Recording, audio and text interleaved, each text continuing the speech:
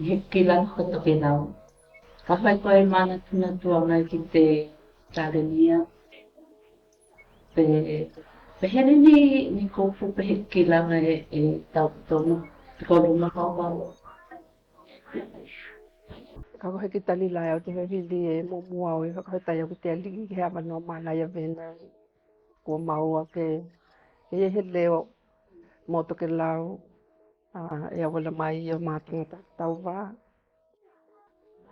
kui mai te mata e ki wā konga e tai lahi e hakatulo mahaka awa hoka ki te uluhi na mātua manata mana o lako tinga ngana mo te anganuku e kou lua kai tali tonu e ni vāenga e hui atu whatu ai hoki tatou ngana kai tuhe mo te hoka he hili te mātua e ei nā kupu toke lau mumua i te kupu ao whakatakinga te ao te tamaiti tona winga he tamaiti e, e, uma te mea te hoai te mea te hea hoai te mea te e ao i te hoaiwa ao i nā tāhoaonga ia o tai kupu te pangapanga ni tali tutuhe lava pangapanga tona winga he tamaiti e he noho he hoai te mea te ia hoano ki ko hoai hoki te mea te ia e vena so ko te ao ma te pangapanga it's more on a physical i te tūlang haka toke lau in terms of cognitive i te intellect e la te nā kupu ia ko te ala o te mahaho o te tamaiti o i ola mahaho ola e mahaho matala ia ko nā kupu ia e maha i ke hoka matala ai kai i te ao te lenga o nā kupu ia nei ko tā kua te panga ma te ao ia ko hoka winga lava ko au he tā leni hoka pitoa. Two words that stick out, one concept. So the two words first I will talk about will be hoi alohani, ma te aloha. There's no way you can separate, there's so many things that we can do that are connected, but the two words, hoi alohani, ma te aloha. And the concept that I've thought about is our inati system. I've heard a lot of the system being a New Zealand born. I've heard a lot. I might not have seen what they have in Takelau, but I think those that I have been brought up with,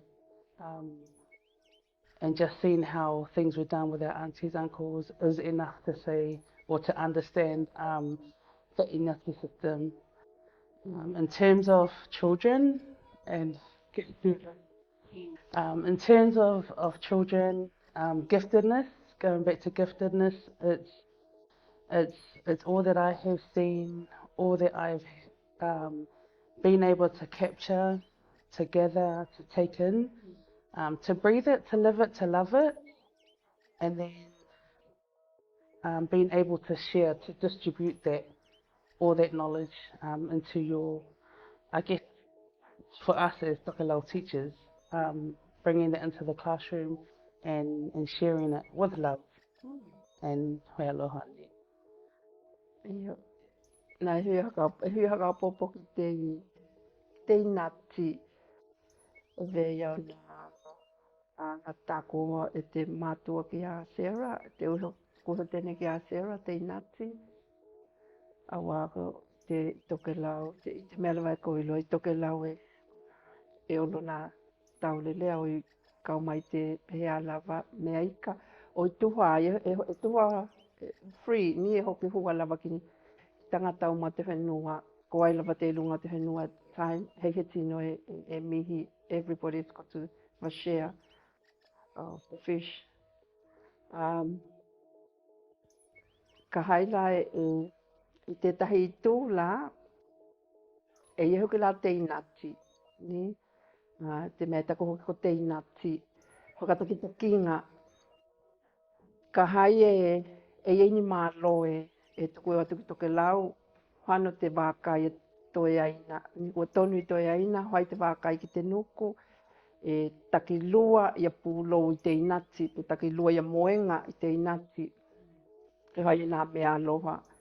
Io kai he ko tēnā pehe palenga i o te whale hono e hia hwai. Io kai hoki te kalanga e pe tuku tahi te papa o te inati. Io oi te inati la te tuli lo atu. E te tango ki lo lavalana lo ma nā hawine, hwai nā inati o nā peka, oi kau mai ki te me te hoa tuke i toe aina te nuku. Ke I loto hoki lau nā kāinga, e vena e ki te hoki te inati e olo te tamatane, whaangota kau mai pēr te mahua pe ko te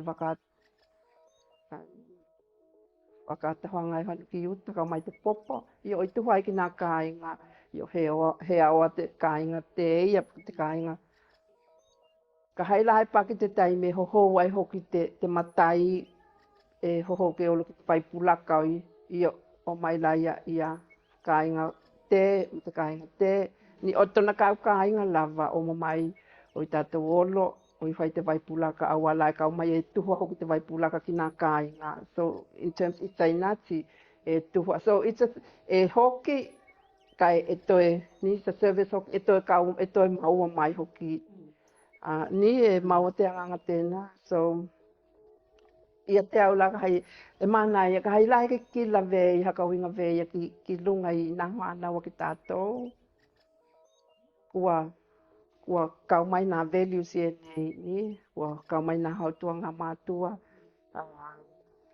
Ke mākeke I nā e whakilo te ngā lunga mātua te talo. E hoki nā kupu aloha haka mākeke I tamaiti. I te tamaiti hoki la, ia kua oma mai aonga I niuhila, ni peko te tamaiti. E te lato te anganga, to go back. To go back ki o lato kāinga and to serve.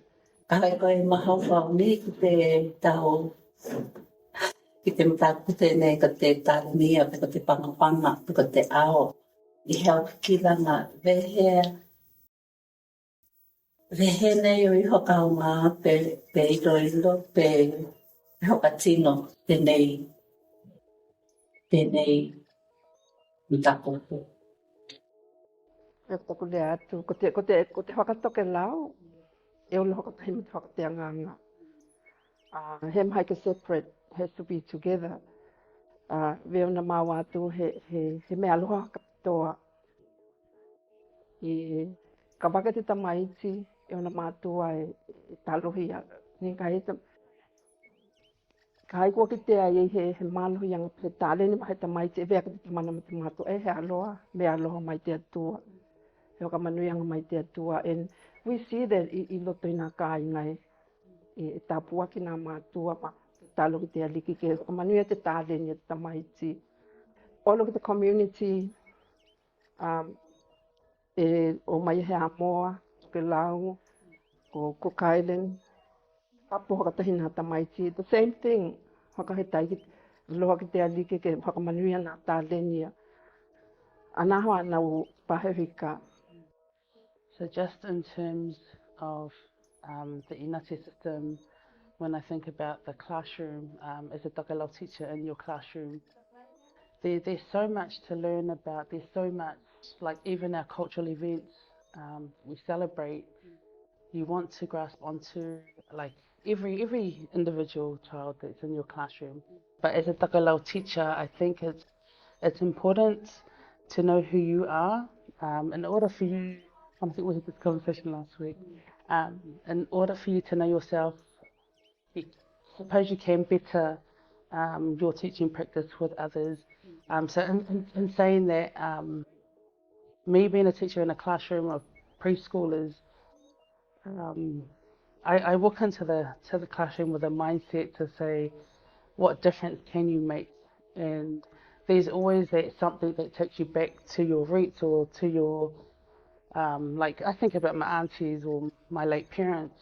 grandparents, when you do something that is right, that feels good, then you know in your heart you've done something to be able to give, to pass on um, to our young children. And the best thing about it is, I mean, you know, back home you might say, you know, thank you with a grateful heart.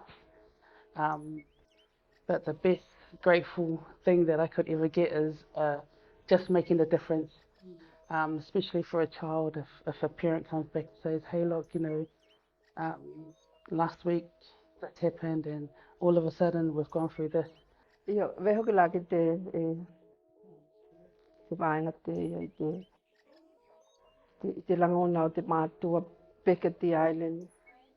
Ko te tamaiti te ia panga panga, ola ke ka vea maka hoanga o ka inga.